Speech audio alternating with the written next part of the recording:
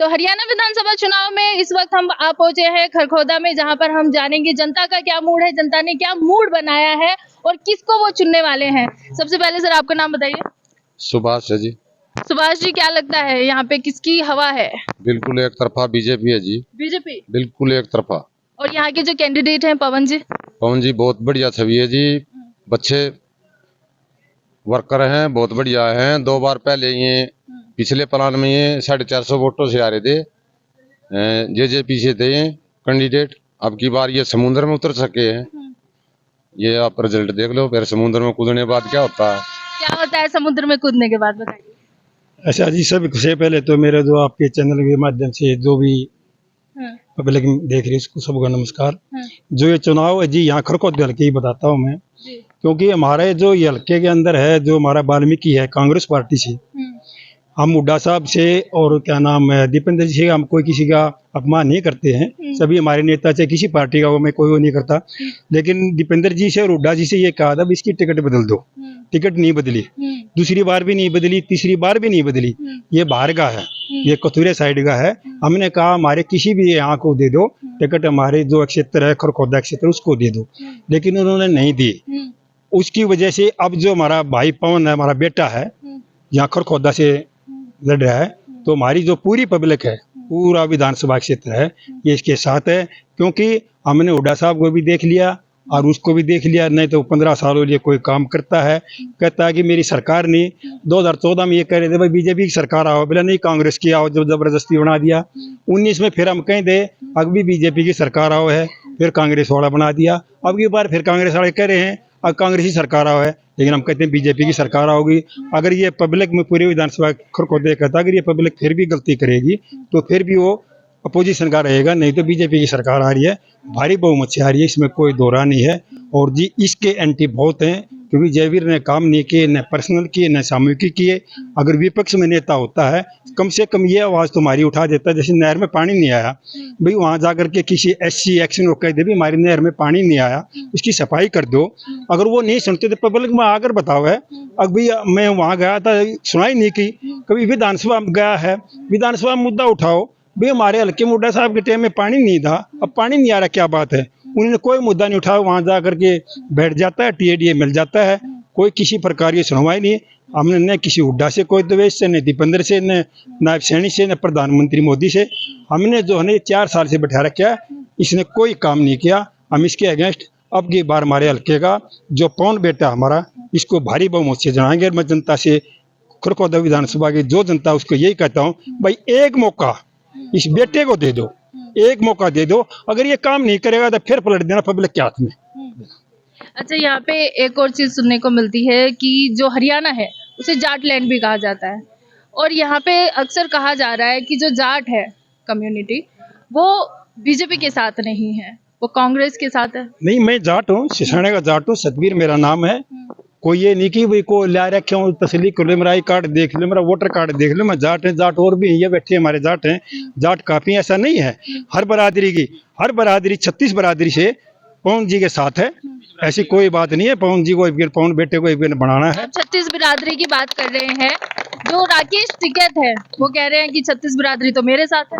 ऐसा है, देखो वहां तक मैं नहीं जाना चाहता, मैं अपने विधानसभा क्षेत्र तक सीमित रहा हूँ, क्योंकि मैं यहाँ रहता हूँ, यहाँ लोकल के बारे में मैंने पता है। मैं वहां तक नहीं जाना चाहता उसने क्या कहा है क्या नहीं कहा, लेकिन मैं यहाँ कहता हूँ अब की बार 36 बिरादरी पवन भाई और बेटे के साथ है। और मैं एक बार फिर अपील करता हूँ भाई एक मौका इस बेटे को दे दो, आगे ये काम ना करा तो पब्लिक के हाथ में फिर कर। आप क्या कहोगे? राकेश टिकैत कहते हैं 36 बिरादरी तो मेरे साथ है, बीजेपी के साथ नहीं। जी यहाँ यूपी के नेता में यूपी में चलेगी जी, हरियाणा में की बिल्कुल नहीं चलेगी। हरियाणा में तो शायद मैं ऐसा समझता हूँ चाहेगा पानी का गिलास भी नहीं देगा को, वो अपने सबका मान रहा है। वो तो कहते हैं कि चाहे हरियाणा हो चाहे उत्तर प्रदेश हो, जब जाट है तो यूपी में वो को जानता हूँ, हरियाणा में को जनाधार नहीं होगा। लेकिन जब यहाँ प्रदर्शन किया तो ये हमारे यहाँ बॉर्डर पे, यहाँ कुंडली बॉर्डर पे भी रुके हुए, हमारा हरियाणा का को पसंद नहीं करता। बाकी यूपी में वो कितना लीडर वो बड़ा, कितना वो बढ़िया बंदा हो, हमारे हरियाणा के लिए उसकी कोई वैल्यू नहीं है, ना को ठिकाना है उसको। और राहुल गांधी के बारे में आप क्या कहेंगे? राहुल गांधी ठीक है जी, हम मोदी को वोट करते हैं, भाई पवन को सपोर्ट करते हैं, बीजेपी को सपोर्ट करेंगे, अपने हल्के से भाई पवन खरखोदा जिताने का काम करेंगे। लेकिन आपको नहीं लगता एक चांस राहुल गांधी को भी देना चाहिए? अभी तो जी जब तक मोदी जी और राहुल गांधी को कोई मौका नहीं है दे रहा है जी। ना जी, उसको क्या राहुल गांधी को बोलने का तो पता ही नहीं, उसको क्या चांस देंगे। 55 साल के हो गए हैं। अरे 55 का क्या, चाहे 70 साल का हो जाए मैडम, उसको पता ही नहीं बोलना क्या है। अपने देश की बुराई करता दूसरे देश में जाकर, तो उसको क्या प्रधानमंत्री बना हुआ है। अरे ये बोल रहा जब चावल बोल रहा जब एक परिवार है अपना, अपने परिवार का जो छोटा बच्चा होता है वो भी अपने परिवार की बुराई नहीं करता, वो तो पूरे देश की बुराई करता है अमेरिका में जाकर, तो उसको कैसे प्रधानमंत्री कभी चीन में जाकर बेइज्जती करता है देश की जी। हम देश के खिलाफ जो नेता होगा हम उसके साथ नहीं है, जो हिंदुस्तान के साथ है, कोई भी नेता हो किसी भी पार्टी का हो, हम उसी नेता के साथ है। 36 बिरादरी का नारा है ये खरखोदा विधानसभा का है।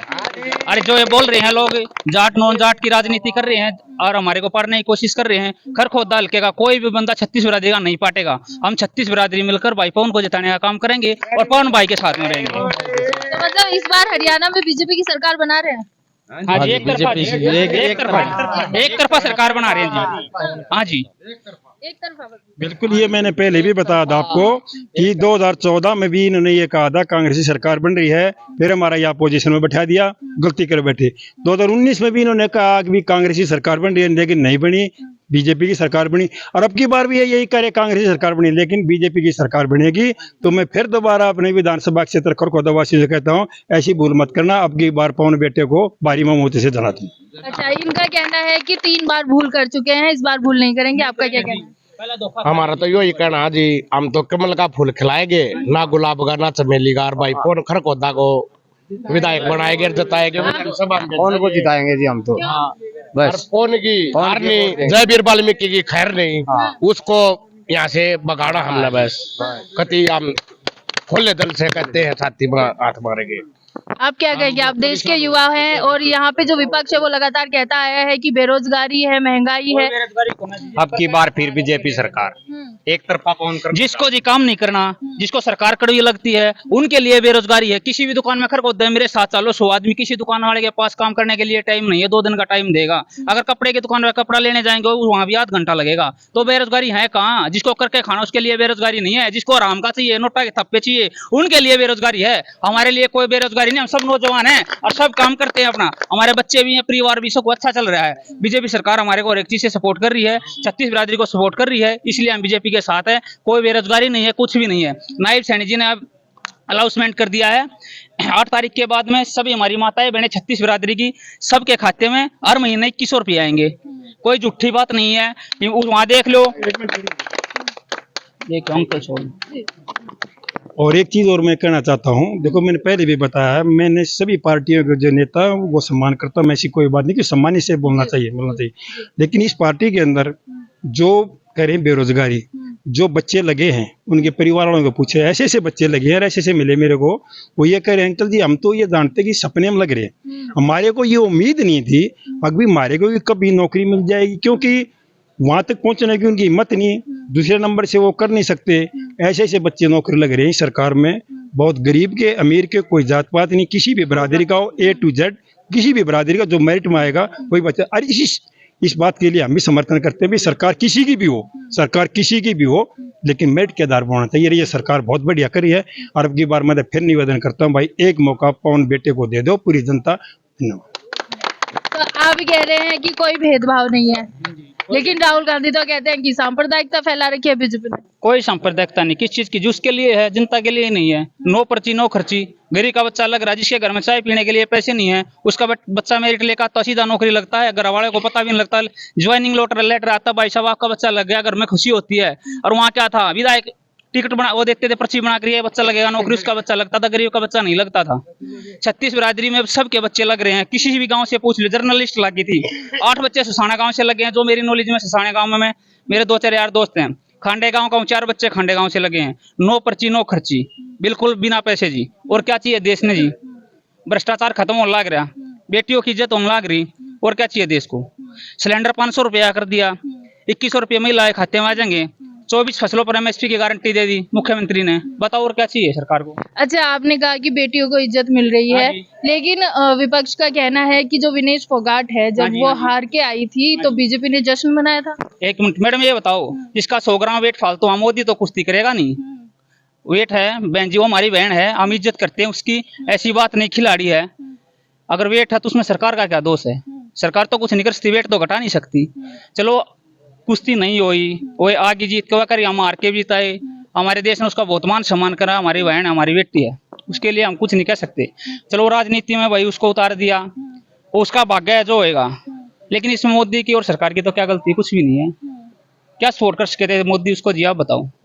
अच्छा, आपको क्या लगता है अगर मोदी सरकार आती है तो क्या कुछ विकास हो सकते हैं? बहुत विकास होगा जी।